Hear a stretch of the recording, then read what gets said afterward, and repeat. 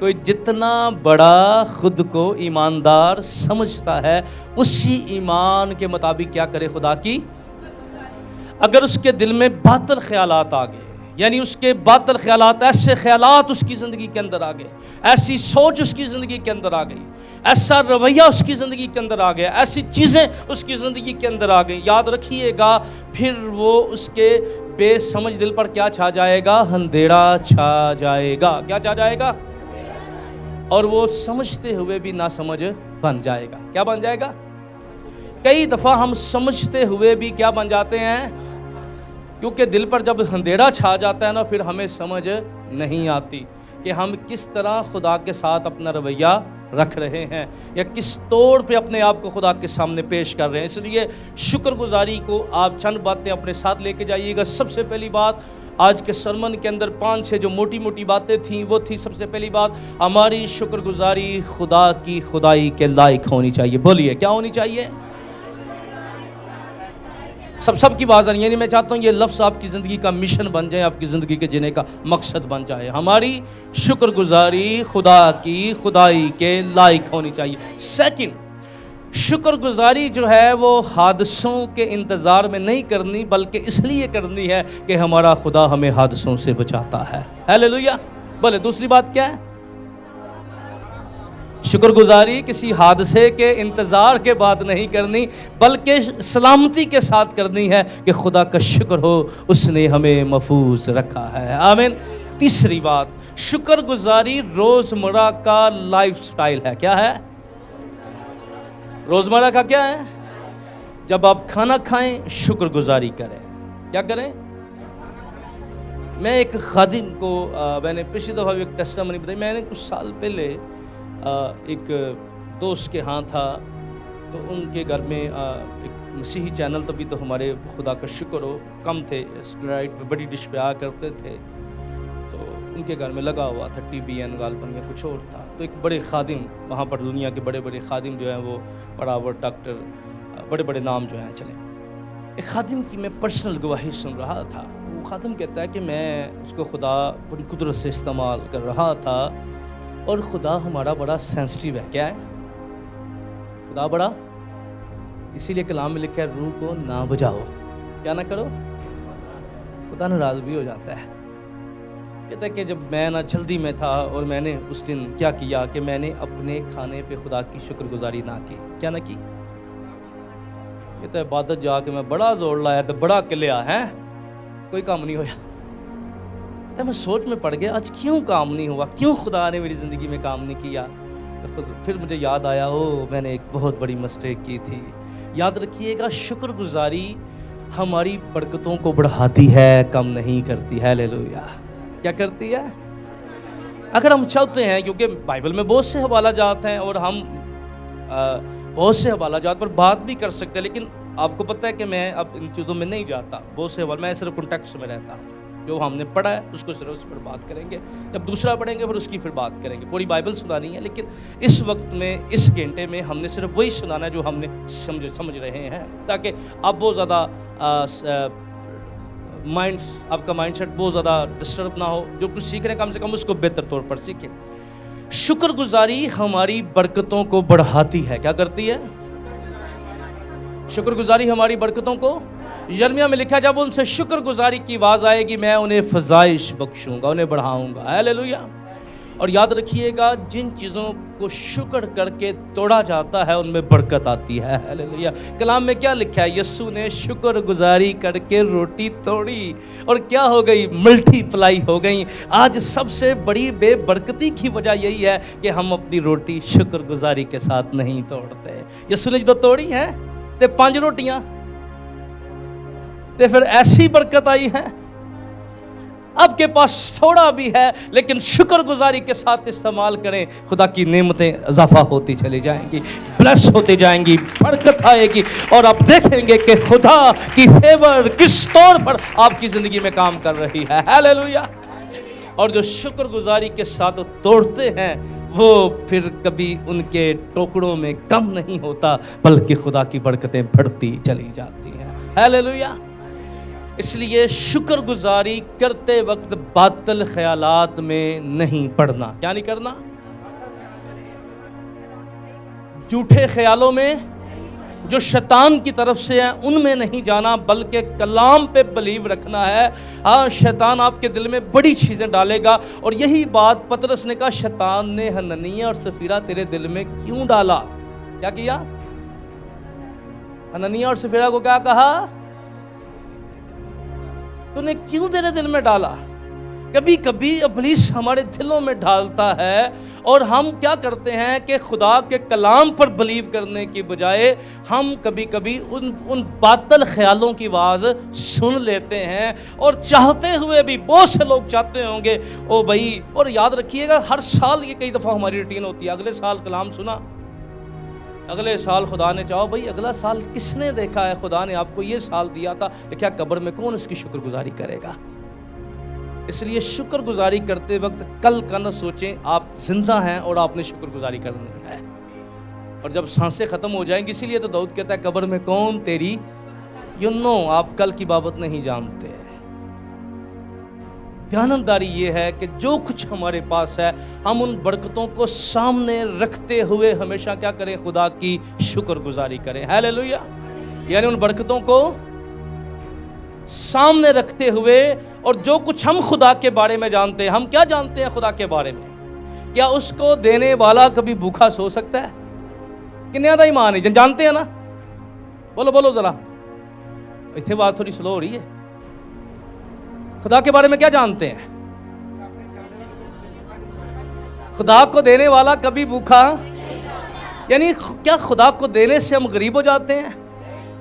کہ ہم خدا یہ جانتے ہیں، ہمیں پتہ ہے، ہمیں پتہ اس بات کا کہ خدا، جس خدا کو ہم بات کرتے ہیں وہ معجزے کرنے کی قدرت، لیکن جانتے ہوئے ہم باطل خیالات میں پڑ جاتے ہیں۔ کس میں؟ اور ہمارے بے سمجھ دلوں پر کیا چھا جاتا ہے؟ اندھیرا چھا جاتا ہے، اور ہم خدا کی خدائی کے لائق اس کی شکر گزاری نہیں کرتے۔ آئیے اپنی آنکھوں کو بند کیجئے، جلد